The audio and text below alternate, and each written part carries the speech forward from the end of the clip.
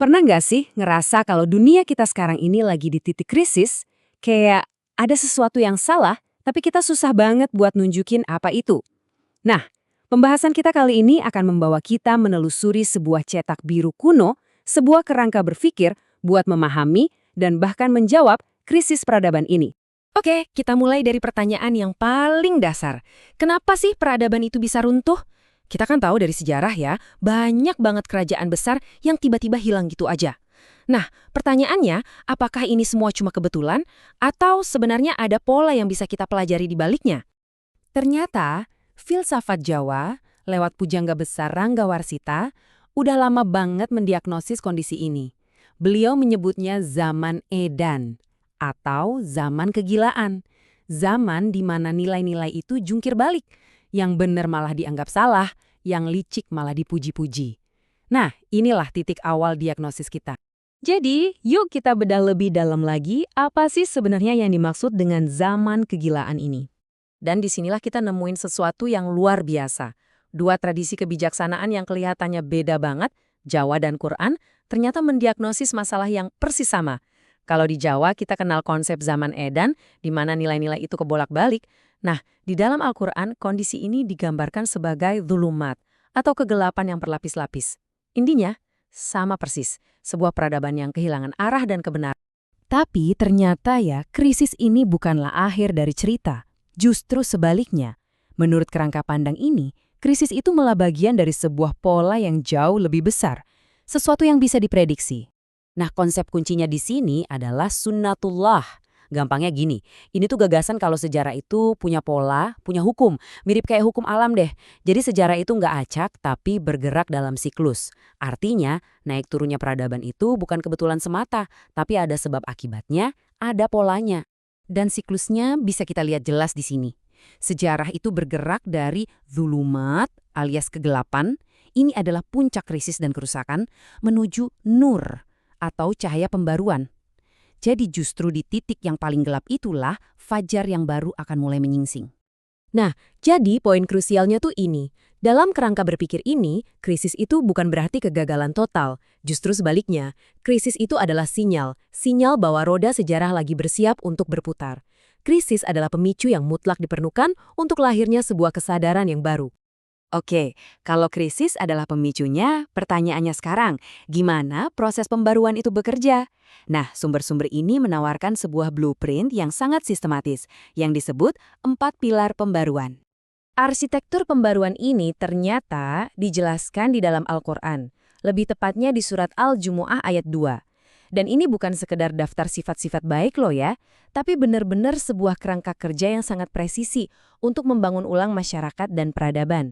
Yuk kita lihat keempat tahapannya. Pertama ada tilawah atau dalam bahasa Jawa, eling, artinya membangkitkan kesadaran, melek sama realitas.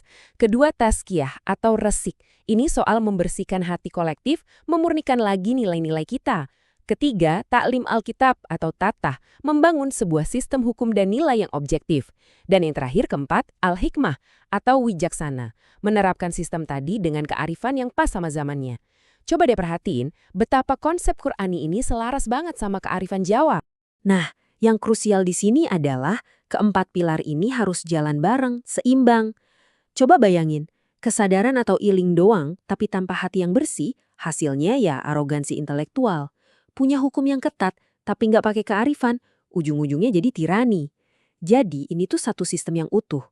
Hilang satu pilar saja, seluruh bangunannya bakal runtuh. Sekarang, mungkin kita bertanya-tanya, apa sih tujuan akhir dari semua proses ini? Ini bukan cuma soal perbaikan diri sendiri loh, tujuannya jauh lebih besar dari itu. Ayat dari surat Asy-Syaff ini benar-benar menegaskan apa tujuan akhirnya. Misi ini bertujuan untuk membuktikan bahwa sistem yang berlandaskan kebenaran ilahi itu pada akhirnya akan unggul di atas semua sistem buatan manusia lainnya yang pincang dan tidak adil. Ini adalah sebuah proyek peradaban. Dan sistem inilah yang disebut Din al-Haq atau sistem kebenaran. Nah, penting banget buat kita pahami ya, ini bukan sekedar agama dalam arti ritual pribadi. Bukan itu. Ini adalah sebuah sistem tata kelola kehidupan yang lengkap, mencakup politik, ekonomi, dan hukum yang dirancang untuk berfungsi secara nyata dan terbukti lebih adil. Jadi, biar lebih jelas lagi, Tujuan utamanya adalah pembuktian, membangun sebuah tatanan sosial yang adil yang secara objektif bisa dibuktikan berfungsi lebih baik, lebih efisien, dan lebih manusiawi daripada sistem-sistem alternatif lainnya. Perubahannya itu harus nyata dan terukur. Pada akhirnya, seluruh cetak biru sejarah ini bisa kita lihat sebagai sebuah panggilan abadi. Sebuah undangan pribadi yang relevansinya nggak lekang oleh waktu. Dan disinilah semuanya menyatu dengan sangat indah. Sosok Rasul dalam Al-Quran dan Satrio Piningit dalam tradisi Jawa, keduanya ternyata bukan tentang menunggu satu sosok pahlawan secara pasif. Mereka adalah sebuah arketipe, sebuah simbol dari kesadaran baru yang ditempa di tengah krisis. Begitu juga dengan Dinul Haq dan Ratu Adil. Ini bukan tentang satu orang pemimpin, tapi tentang tegaknya sebuah sistem yang adil dan fungsional. Jadi, inilah intisari dari semuanya. Cetak biru ini bukanlah sekedar kenangan indah dari masa lalu. Ini adalah sebuah panggilan yang aktif untuk kita semua di masa kini. Sebuah undangan untuk ikut memikul tanggung jawab peradaban. Dan seluruh pembahasan ini meninggalkan kita dengan satu pertanyaan yang sangat mendasar. Di tengah zaman yang terasa penuh gejolak ini, apakah kita hanya akan menjadi penonton yang pasif, yang cuma bisa mengeluhkan kerusakan, ataukah kita adalah bagian dari mereka yang ditempa oleh krisis untuk menjadi pembuat sejarah selanjutnya? Jawabannya ada pada diri kita masing-masing.